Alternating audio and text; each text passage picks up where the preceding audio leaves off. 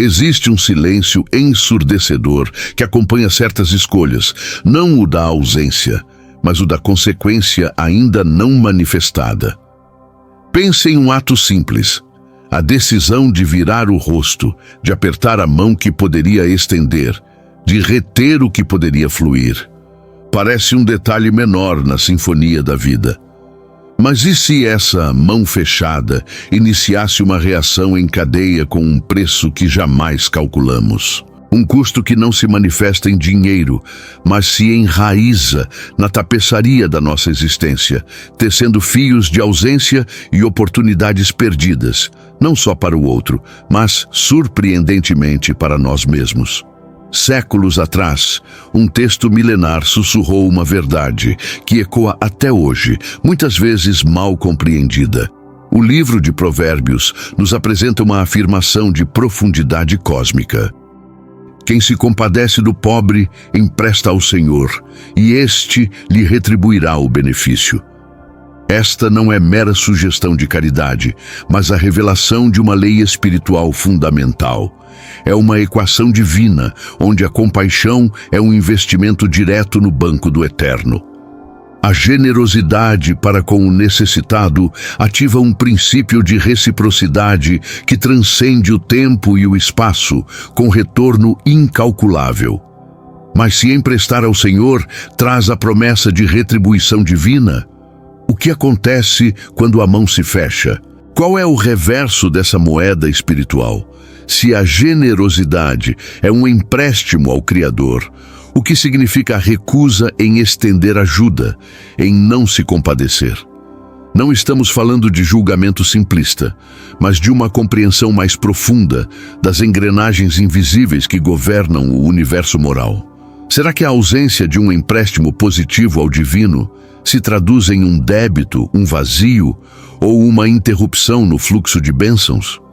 Para entender a magnitude dessa questão, é crucial mergulhar no contexto de Provérbios. A sabedoria hebraica não separava o espiritual do material, o ético do existencial. A caridade não era vista apenas como benevolência humana, mas como parte integrante da ordem divina, um reflexo do caráter de Deus e uma forma de participar na manutenção da justiça e do equilíbrio. Ignorar o pobre não era apenas uma falha social, era uma ruptura com essa ordem cósmica, um ato que carregava um peso espiritual muito maior do que se pode imaginar. Portanto, a proposta de hoje não é induzir culpa, mas expandir nossa percepção sobre uma lei fundamental que opera silenciosamente em nossas vidas. Se ajudar o pobre é de fato emprestar a Deus, o ato de não ajudar representa uma recusa a esse empréstimo. As consequências dessa recusa são um campo vasto e inexplorado, onde o preço invisível da mão fechada começa a se manifestar de formas que transcendem o material, afetando nossa própria essência e nosso destino. Prepare-se para desvendar essas verdades, pois o que descobriremos pode mudar a maneira como vivemos e interagimos com o mundo. Aprofundando nas raízes hebraicas de Provérbios 19 e 17, desvendamos um significado além da tradução. A palavra para compadecer-se, konen, não é só pena, mas inclinação graciosa, favor ativo, misericórdia manifestada em ajuda concreta. Não é só sentir, mas agir com benevolência. Quando o versículo diz, empresta ao Senhor, malve, descreve um empréstimo real, uma transação financeira. Aqui, ela se eleva, transformando a caridade humana numa parceria divina. É investimento direto no banco celestial, onde o Criador se torna o garantidor de promessas incomensuráveis. O conceito de emprestar ao Senhor é uma das inversões teológicas mais fascinantes. Deus não precisa de nossa ajuda, Ele é o dono de tudo. Ele nos oferece uma oportunidade única de entrar em sua economia, onde o que é dado ao necessitado é contabilizado como crédito a ele próprio. É uma transação de fé, um ato de confiança que reconhece a soberania divina e a interconexão da criação. Ao estender a mão a quem precisa, não aliviamos apenas uma necessidade terrena, mas ativamos um princípio espiritual para receber uma bênção que transcende o material. E qual a promessa de retribuição? O texto hebraico usa shalom, muito mais abrangente que pagar de volta. Shalom significa tornar inteiro, restaurar, completar, e é a raiz de shalom, que abarca bem-estar completo, prosperidade e integridade. A retribuição de Deus não é simples compensação monetária.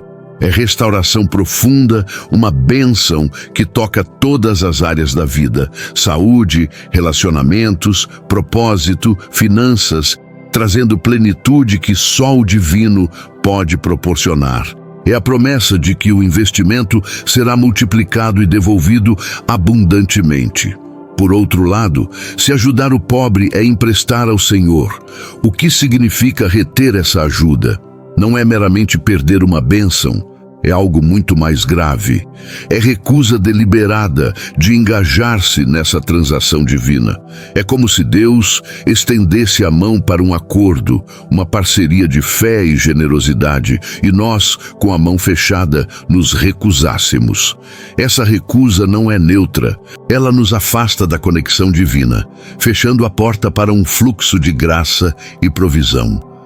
Ecoa no vazio da necessidade não atendida e da oportunidade espiritual perdida, um empréstimo divino recusado.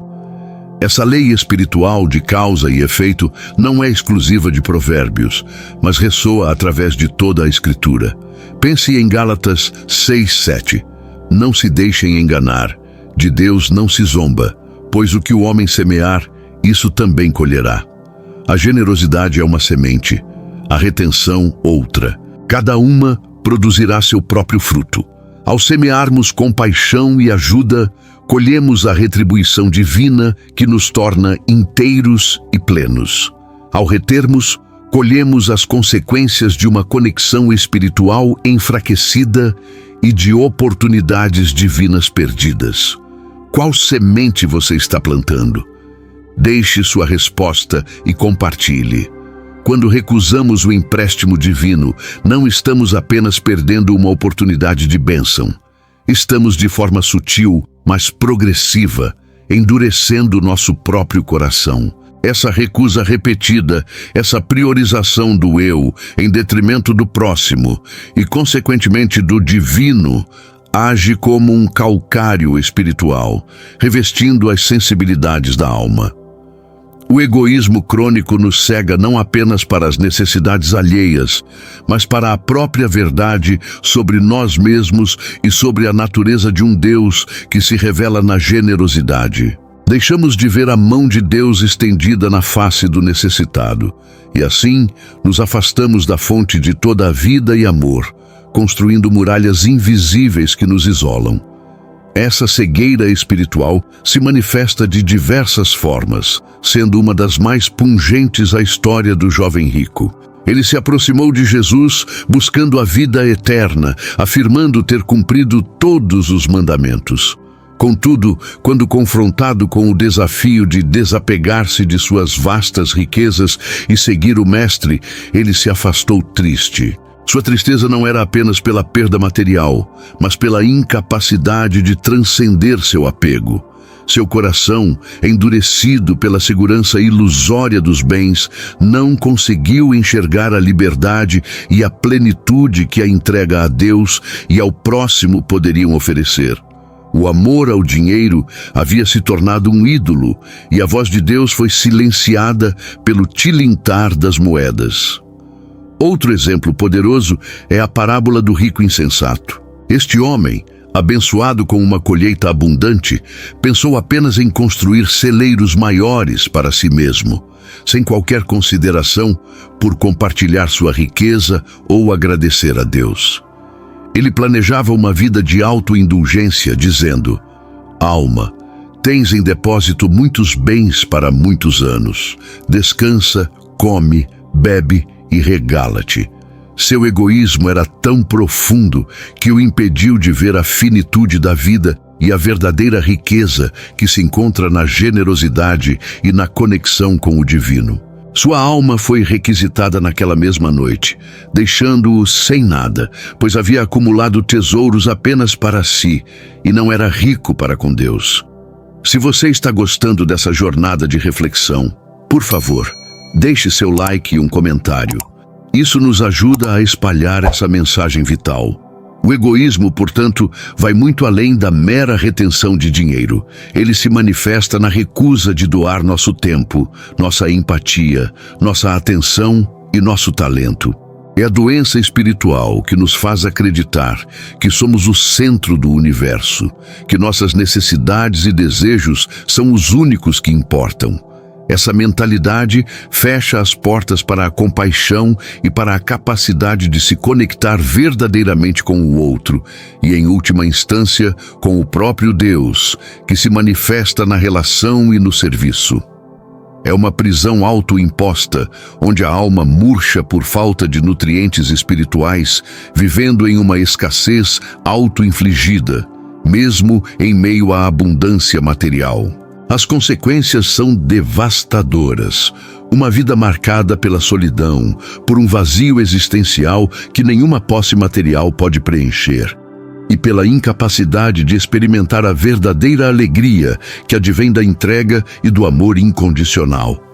O coração endurecido torna-se impermeável à graça, à verdade e à beleza, perdendo a capacidade de sentir e de se maravilhar. É uma existência superficial, onde a verdadeira profundidade da vida espiritual é trocada por uma busca incessante e insatisfatória por mais. Mas como podemos então diagnosticar e, mais importante, reverter esse processo insidioso em nossos próprios corações? A resposta para reverter esse processo, para desatar as amarras do coração endurecido, reside em uma verdade paradoxal, mas profundamente libertadora: a generosidade. Não aquela que se manifesta apenas em grandes gestos, mas a que brota de um coração transformado, um coração que compreende a essência do emprestar ao Senhor. Não se trata de uma transação meramente financeira, mas de uma postura existencial, uma disposição de estender a mão, de compartilhar o que se tem, seja material, tempo ou talento, com aqueles que necessitam.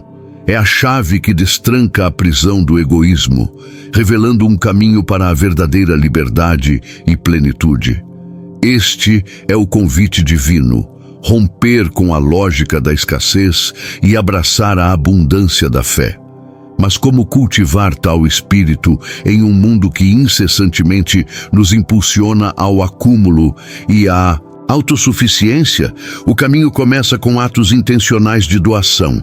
Não espere sentir-se pronto ou rico o suficiente. Comece pequeno, comece hoje. Identifique uma necessidade ao seu redor. Um vizinho que precisa de ajuda, uma instituição de caridade local, um amigo em dificuldade. Ofereça seu tempo para ouvir, sua habilidade para servir ou uma porção de seus recursos financeiros sem esperar nada em troca. Lembre-se das palavras de Jesus: mais bem-aventurado é dar que receber.